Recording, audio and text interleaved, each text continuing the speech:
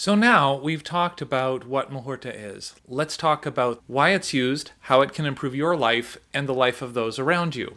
The study of Muhūrta is the study of time itself. Once one understands time and why it's so important, you can use those laws that you learn and apply them to any situation in life. The challenge that I've faced and that I've seen with many astrologers who start learning this is that they want to apply it to everything. And sometimes that's just not practical. Like for example, if I use Muhūrta for everyday common things like grocery shopping, for instance, how is that serving my highest good? There's no right or wrong answer here. It's just something that we need to mull over as we learn this practice. The path of the yogi, the path of the astrologer, the path of any aspirant of truth, ultimately, I believe, is the path of balance.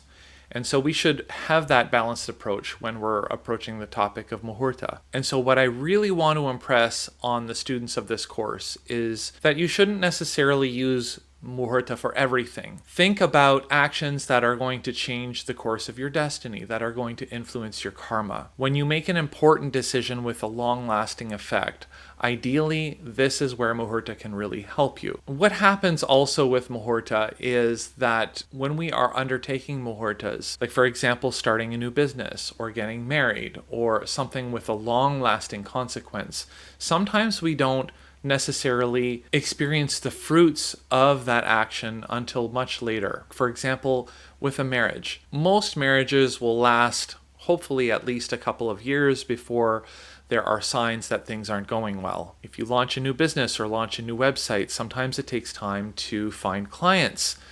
Ultimately, people who are starting an Ayurveda or an astrology practice, unless they really know what they're doing, it takes about anywhere between 2 to 5 years before you build a successful practice. And so when we're learning to apply these laws of Muhūrta for the first time, we need to find activities or endeavors where you can almost see the immediate payoff. For example, travel. Most people, when they're undertaking any type of journey, they're not traveling for more than maybe 1 or 2 days in total. And if you pick the wrong time to leave your house to go on a journey, you'll know pretty quickly whether or not it was the right Muhūrta. You'll hit traffic, you'll have setbacks on your journey, unexpected things can come up and hiccups and problems and all that kind of thing. That usually happens along the course of the journey itself. And so that is an area where you can see almost an immediate payoff. One of the texts that I will be leveraging for this course is called Muhūrta Chintamani.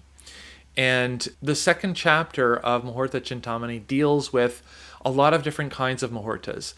But we have to keep in mind that those are specifically dated to the time and clime when they were written and where they originated. Some of those may not apply to our modern day living or the culture that you're living in.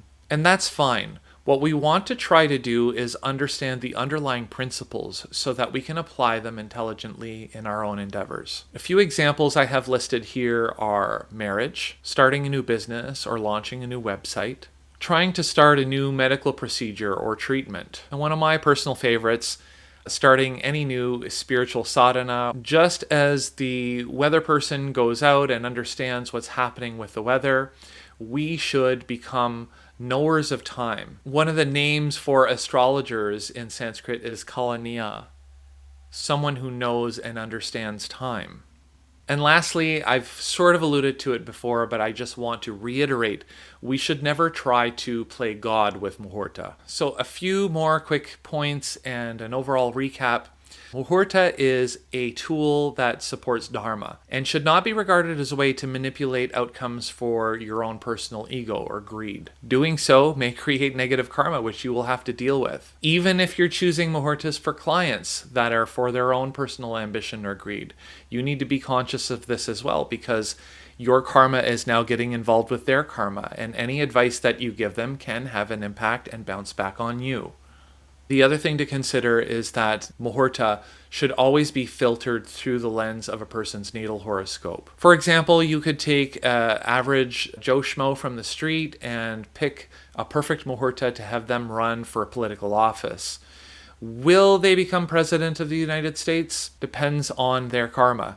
Now, the thing is if that seed is planted, perhaps in a future lifetime they will become president. So essentially what we're doing is that we're learning to surf the waves of time, and we're utilizing the knowledge of the waves and when the waves come and how high the waves are going to be and how fast the waves are going to be, and we're going to try to align ourselves for the maximum benefit. And so the way that ultimately we should be approaching this is when we're doing Muhūrta, we should be in a sattvic headspace, right? There are the three Mahagunas. There's Sattva, Rajas, and Tamas. Sattva is that which elevates us, which provides clarity, which aligns with noble intentions. Rajas represents excess movement and stimulation. And Tamas is depression, dullness, lethargy. And so if we're not in that right head state, if we're overstimulated or we're feeling dull or lethargic, we might not be able to check ourselves to see if our Muhūrta is for the highest benefit for all. And so that is why, and that can be said not just for Muhūrta, but every branch of astrology. Those who seek to become Jyotishis, those who seek to find that divine light, both in the heavens and in themselves, should have some type of grounding practice that connects them to the universe. I'm not here to tell you which practice is the best for you. Ultimately, you have to find that. What has worked for me is meditation and mantra practice. And to that point, later on in this course, I will share some mantras that generally when we practice Muhūrta, we should learn and we should incorporate into our Muhūrta practice as well. From there, now I'd like to shift our attention on the study of time and why timing is so important. So time in Sanskrit is known as Kala. Kala is a part of creation that occurs through manifestation. In Sankhya philosophy, we learn about how the process of creation actually occurs. And so there's this idea of this unmanifested supreme reality. This is called Purusha. And then there's this other force called Prakriti. Prakriti is that force that projects Purusha into creation. There's that which is manifest and that which is unmanifest. Specifically, it is called avyakta versus vyakta. And so when this Purusha becomes manifest, it projects itself through the lens of the qualities of creation and the elements themselves, and that's how we experience our reality. Now, ultimately, the grandfather of Vedic astrology, Maharishi Parashara, who is one of the enlightened seers from India, when he talks about creation in his work on Brihat Parashara Horā Shastra, which is one of the main texts that is used in Vedic astrology, he talks about the universe and how the universe is created, and he does bring in this idea of Sankhya philosophy. Furthermore, he teaches that out of the entire universe, Narayana only takes 1/4 of that reality to manifest himself. And so out of that 1/4 of reality, 1/2 of it is unmanifested and the other half is manifested. And the key delineation point between what is unmanifest and manifest is time. So when we're studying Muhūrta, we're essentially studying that part of creation that is occurring through time. And then hopefully we're aligning our intentions with the time.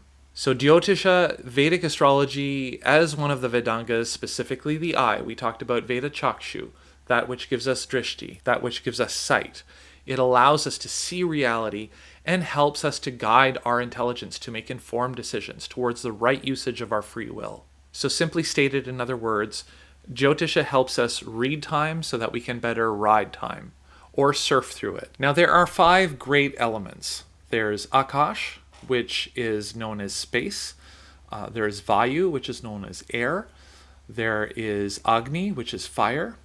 There is Jala, which is water.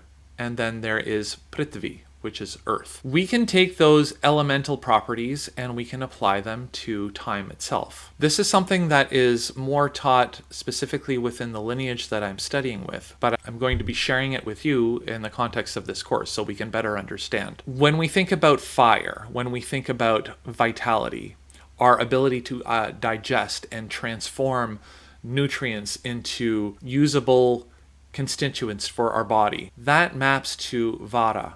Vāra is the Vedic weekday. The weekday and how it's positioned in a Muhūrta will show the overall health of the endeavor, the ability to transform, to digest, to create something new. I would also include the Horā, which is the hour, which is a derivation of the weekday. So finding the right day and the right hour within the day is supremely important when we're looking at the Panchanga, when we're looking at the 5 limbs of the Indian calendar that are mapped to the 5 great elements. Next, we have Jala Tattva, the water element. If you think of the water element in astrological terms, it is that which flows. It is our desire. It is our ability to connect with other people. And so in the Panchanga, there's something known as the Tithi, which is the lunar phase. Moon is either full moon or new moon. It's waxing or waning. We'll get into more specifics into later on this course, but the idea is that the Tithi represents Jala Tattva, our ability to align our desires to the right intentions. Next, we have Nakshatra. So we know that there are 12 signs in the zodiac that form 360 degrees around the Earth, and they are all mapped to the starry sky and the heavens. Not necessarily directly connected to the zodiac, we can further subdivide the constellations themselves into 27 portions. These constellations may consist of one star or many stars, and typically that star is known as the Yoga Tara. Tara is that star that gives yoga, that gives union, that gives unity. And these nakshatras themselves comprise of divine energies. We associate those divine energies with specific deities in the Vedic framework. And that overall Vayu in context of Muhurta gives us prana. When the nakshatra dispositor of the moon is well placed, this shows the overall success of the endeavor. Now in the Vedic framework, we can take the Tithi and then we can divide it into 2 portions. This is called Karana, which is connected to Prithvi, which is connected to the earth element. These are lunar half days and they show the overall quality of the work. Now lastly, there is something called yoga. Yoga in Sanskrit means union. And ultimately, what is being unified? The sun and the moon. And we're looking at the sun and moon longitudes, and we're calculating the angles of the sun and moon. And that really shows if the sun and moon are in a positive relationship, this shows the overall harmony and space of the Muhurta. And if that relationship is negative, then it damages the Akash. It damages the space of the Muhurta. So the activity may be successful, but maybe there's some disharmony there. So we've talked about Muhurta. We've talked about what it is and how to use it and why we should use it. What's next? In the next lesson, my intention is to talk about how to pick the right planetary day, the Vāra, which controls the Agni, as we've mentioned before. And then we'll also learn to calculate the Horā, which is the right hour. These 2 are essential building blocks to picking any successful Muhurta.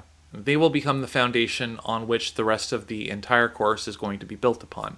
This course that I'm teaching is really a one-of-a-kind offering. It's the most comprehensive course of Muhurta as of the day of recording this on the market. This course will be perfect for students that already have a bit of a foundational background in Vedic astrology. Once we learn to do that, I'm going to show you some quick and easy tips using some of the existing Vedic astrology commercial software that's available on the market on how to pick Muhurta. So if this is something that is of interest to you and you haven't already subscribed to my channel, please subscribe to my channel and hit the bell for further updates. So if any of this resonated with you, I'd like to engage in conversation with you by having you drop a comment below. What is something that you wish you had better timing for in life? Let me know, and thanks for watching.